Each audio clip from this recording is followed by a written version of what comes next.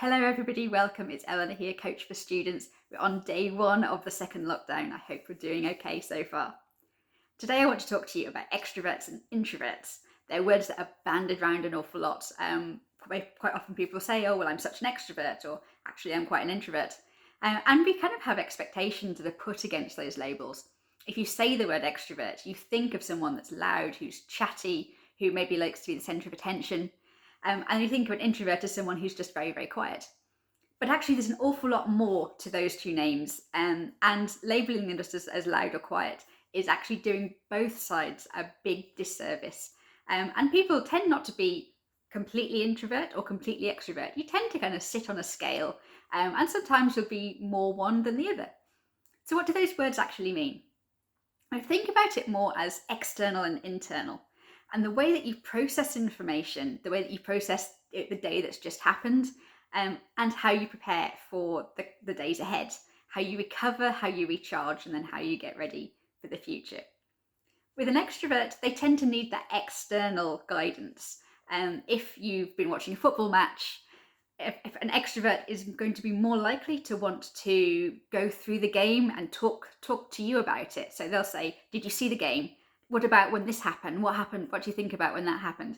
And they're just processing kind of in their own heads what happened, but they need to do it with somebody. They need that external kind of sounding board almost to kind of go through and process what's just happened. The introvert will probably also happily chat with you about the game, but give them a few minutes first for them to get it sorted in their own heads. So they don't need that external sounding board. They'll be going through it in their own minds, sorting out what happened, what didn't happen, maybe what should have happened.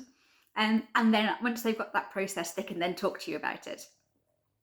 And the more introvert you are, generally, the longer that you need to have that internal time to process it. A really good example is so I'm an introvert. If I go on holiday, when I come back on the first couple of days, if people ask me, how was my holiday? I'll tell them it was great. That's it, just great. I'm not going to tell you anything else about that because I haven't had a couple of days to actually go through my own head whether or not I enjoyed it. I'm sure I did. But to kind of just work out what happened, which bits did I enjoy the best, what were my favourite restaurants, and then give me a week and then ask me again and I'll not stop talking about it. But I need that time to actually process it in my own head. With an extrovert, they'll be processing it and at the same time as they're telling you about it. So in order for them to kind of go through, pick out their best memories, their favourite bits, they'll do it whilst talking to you. So the person on the plane sitting next to them will probably hear about it. The taxi driver on the way home will hear about it. And it's not that they're needing to tell you about it, but it's the way that they're processing it. They need to have that external kind of sounding board in order to process it. And then the other side of it is about recharging and say preparing for the next day, the days ahead. And again, the introvert needs that kind of alone time, that internal recharge mechanism. They need to kind of sit quietly and maybe take a quiet evening in, just watching TV, having a glass of wine, and just kind of internally recharging, ready for kind of the coming days ahead. The extrovert actually feeds off other people's energy. So for them to relax, to have a wind down, they'd rather do that with people. And so they'll go out for a drink after work, kind of, again, just to kind of get through, kind of process the day that's happened, to unwind, relax, and then get ready for the days ahead. Now, that's not saying that one isn't going to do the other. I'm not saying that an introvert will never go to a bar after work or an extrovert will never sit quietly and have an evening to themselves. That's not true at all. It's just that the way that people process their thoughts and the way that people kind of get ready and recharge for the days ahead, they just kind of tend to need either internal processing or external processing. And that's where kind of that introvert and extrovert comes from. So you'll see different kind of symptoms, especially if you're going to be now locked down with people over the next few days. You'll see those people that kind of do sit more quietly, that do process things kind of more internally.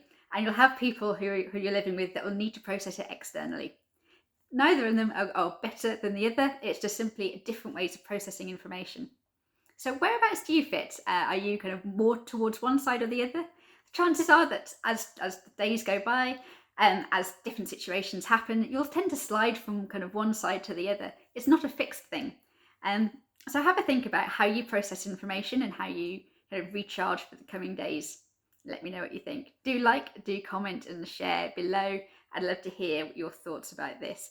I'll see you tomorrow. Bye for now.